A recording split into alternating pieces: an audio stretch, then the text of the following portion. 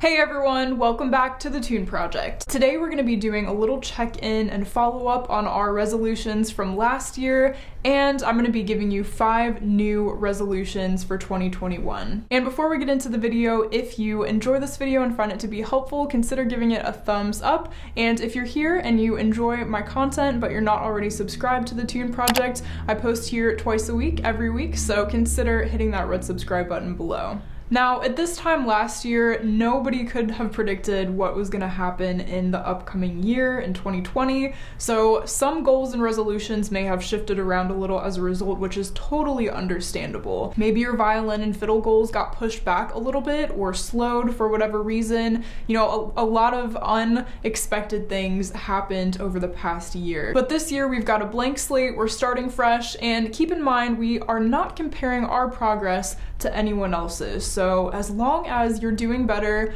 than you were yesterday, you're still making progress, you're still making your way toward achieving your goals. Now, if you haven't seen last year's resolutions video, I would recommend going and checking that out first so you have an idea of what we're going to be talking about today and kind of what the overall plan was for 2020. And in that video, I go into a little bit more depth on the importance of each of these points, but what I'm going to do now is just kind of give a little bit of a recap so we can follow up with where we're at from last year's resolutions. So I'm going to be looking at my notes here for this. We've got 5 different resolutions that we had for this past year, for 2020. The first one was to change strings regularly, right? So that's something that's always important. We want to keep up with the strings. The second one is also maintenance related, and that was to rehair your bow regularly. So hopefully you were able to take care of those couple of things. And one thing that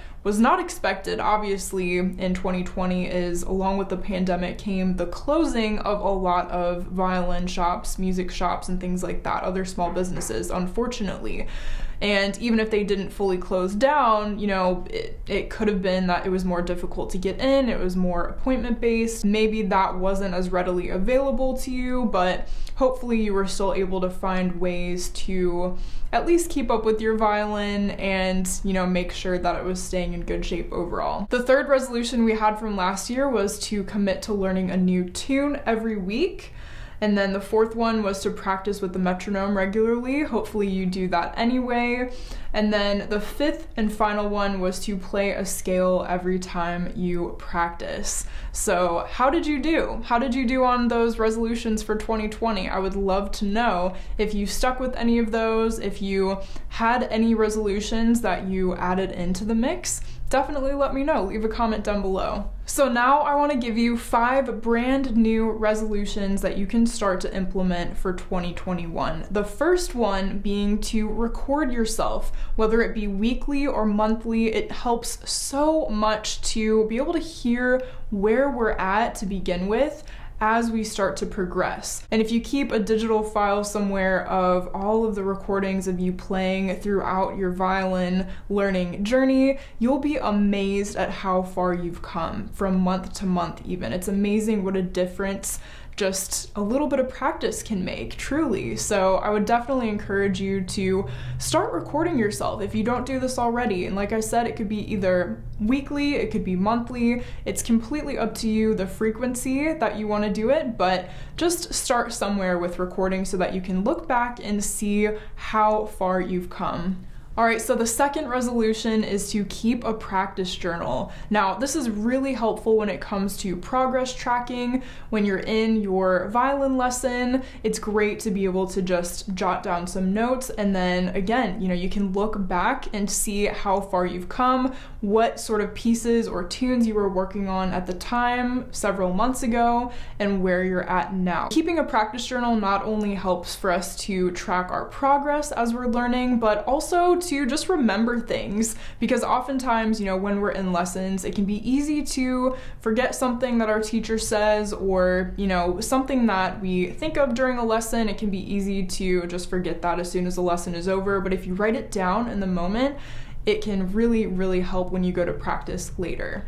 And our third resolution is going to be to listen to music. Now, if you're here, you're probably already a music lover, you're learning an instrument, but it's so important and really actually helpful with our learning to be able to just listen and just take in music of all different styles.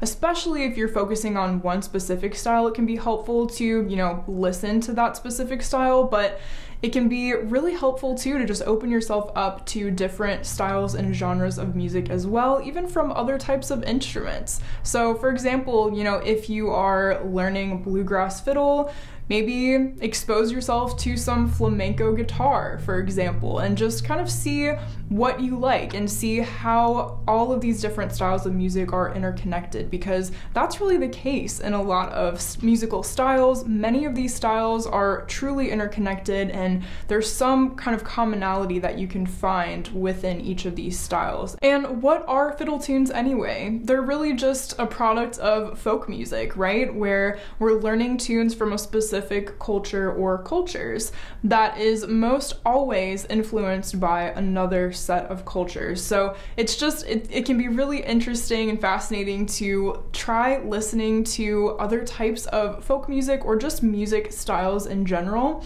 and see how you can benefit from them. And the fourth resolution is going to be to write your own tune. And obviously you can write as many as you want. You don't have to limit yourself to just one, but if you find that this is particularly difficult for you, then maybe just stick to one or two in the coming year and see how you do. You might actually find that you really enjoy writing music, and if not, it's a great exercise, and you can at least leave knowing that you wrote down some notes, you understand key signatures and time signatures, and you were able to come up with a melody. It is a really great exercise. It really strengthens your theory and your ability to understand melodies and things like that. So if nothing else, it's really great for your overall learning. And our fifth and final New Year's resolution for 2021 is going to be to relax. If there's one thing you take away from this video and into the new year, let it be this. If you simply just relax and do nothing else,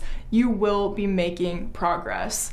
So often we are holding tension in our hands and in our neck and in our shoulders when we play, and this really truly kind of compromises the outcome of what we're able to do. It really inhibits our playing ability and how far we're able to take our playing.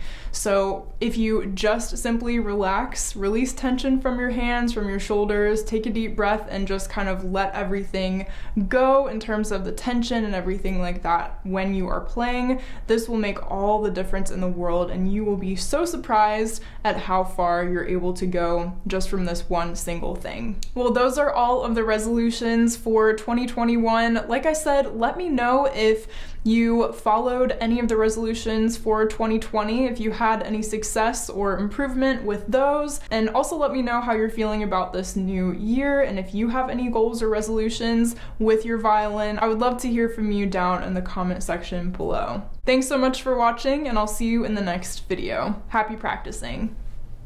If you'd like to further your support of the Tune Project, be sure to head over to patreon.com/thetuneproject for information on that. And if you're planning on buying any music or doing any shopping on Amazon, be sure to head over to the Tune Project website, which I linked in the description box of all of my videos. Click my Amazon banner, and whatever you purchase, a small percentage of that will go toward the Tune Project. This just keeps the Tune Project going and allows me to continue to create free content for you all.